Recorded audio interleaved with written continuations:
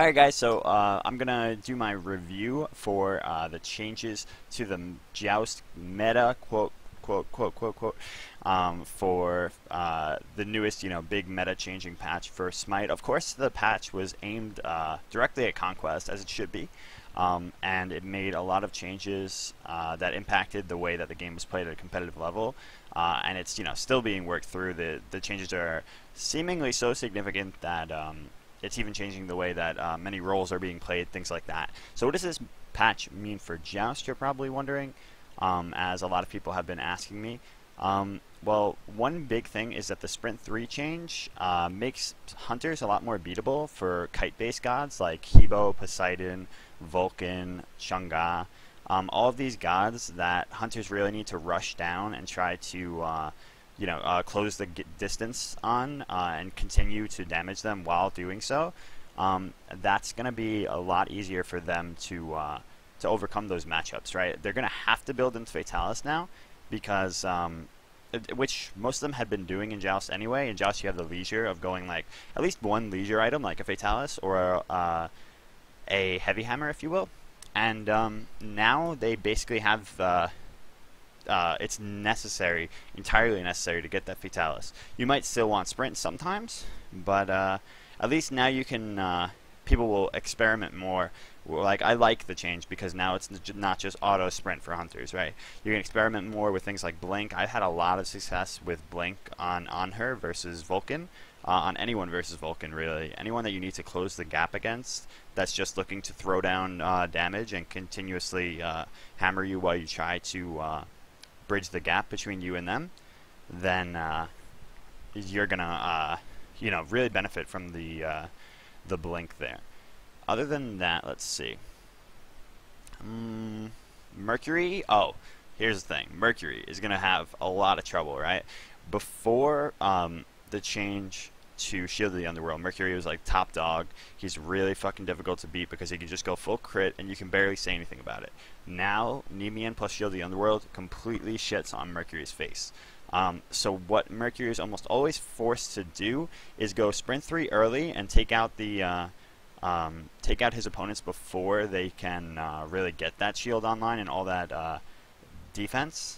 And now what you're going to have to do is just backdoor pretty much because Sprint 3 is not going to allow Mercury to stick to you like he would have, continuously bopping you while he, has no movement speed penalty. Now it's just going to be him bridging the gap a little bit, getting a little bit of power increase with the Sprint. I think you would still definitely go the Sprint, but it's, it's not going to allow you to stick like it would have before. So those gods are going to have a lot easier of a time with Mercury. When I say those gods, I mean pretty much everybody that can use Shield of the Underworld and distance themselves from him. So now I think he's going to be entirely a backdoor pick, and that's no fun for me. Really no fun for me, because I really like Mercury, and I really like his boxing, more than anything else. It's pretty much the reason you would play Mercury, right? He's up in your face, kind of fisticuffs kind of guy, but sucks. So, but yeah, that's the significant change to me for Hunters, is that Fatalis will almost always be built into versus kite-based gods. I'm not saying you should automatically pick it up in any situation. In every single matchup, you should very strongly consider your options, right? And what will benefit you. Like, say, against another Hunter, you might want to go Fatalis now, right? Because it'll allow you to box so much better without the Sprint 3 there. And the thing is, you can go Shield. You're going to always have to go Shield of the Underworld. That's pretty much a must pick up in any Hunter matchup. In a Hunter Ditto, I mean. And now, with without Sprint, you can go Shield of the Underworld plus, like, Beats, or plus Aegis, or plus insert item here, just Blink maybe even. So at least I think what it'll do, which hopefully I'm really looking forward to, is that it's going to add a lot more variety to the actives you can build into in this game. It's not always just going to be auto sprint for Hunters and auto sprint for anyone fighting a Hunter that's trying to get away from a Hunter when they're aggressing on them with their own sprint. So hopefully that's a positive change. Now, let's see. So basically what I think about the way those matchups will go, kite-based, really strong burst mages versus hunters. I think he's going to go more in the mage's favor now, and we're going to see a little bit more mage dominance, whereas hunters were just dominating the game mode earlier in the season.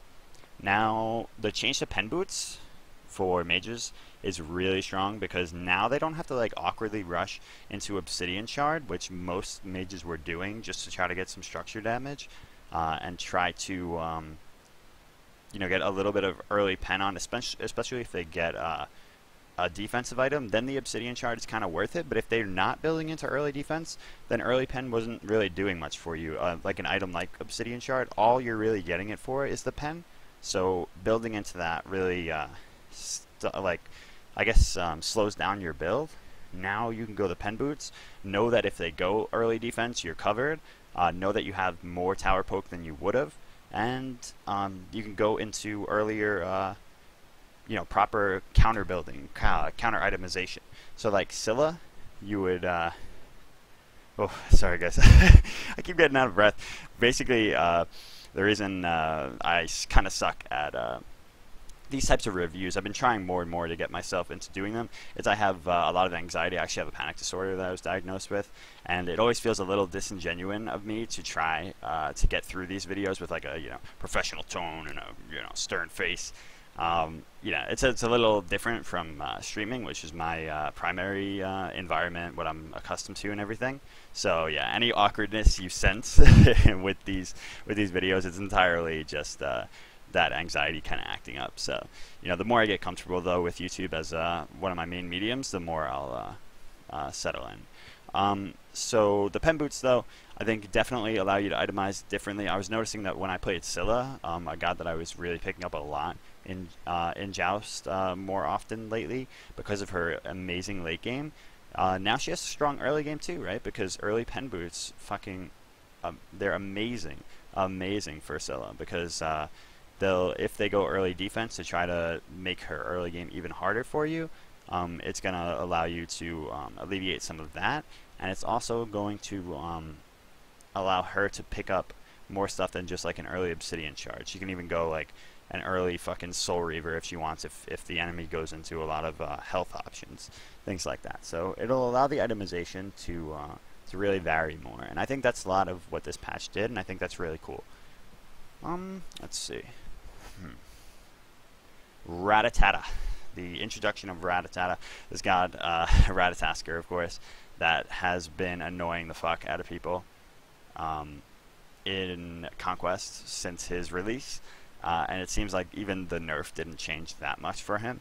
I don't think he's going to be a monster in Joust because it's not really his 1v1 that's the problem. It's his team fight potential, his ability to weave in and out of the fights, dash at a bunch of people, and then get out for free with his ultimate, or engage easily with his ultimate and still have an escape. I think he's going to really have a smaller impact in Joust. He'll probably be lower high tier as most assassins find themselves. He's kind of like, he's got a strong early game, but then it might fall off. It might be easy to itemize against with some defense and some kite potential and stuff like that.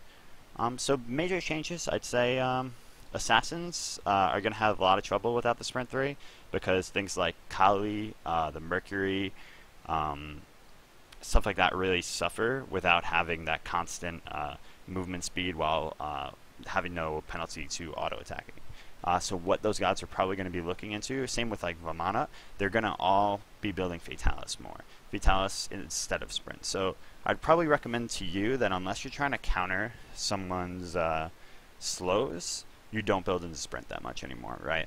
Because Sprint should really, as it should have been, I think, in the first place, be a counter to slows, right? You don't want to use beads for a slow because it's not a heavy CC, but a light CC like slows, you should definitely be using Sprint to bridge the gap or to run away. So definitely a huge counter to Opwash. Still a big must pick up is Sprint against him. And that's about it for me right now. I think I've covered everything. Let me see.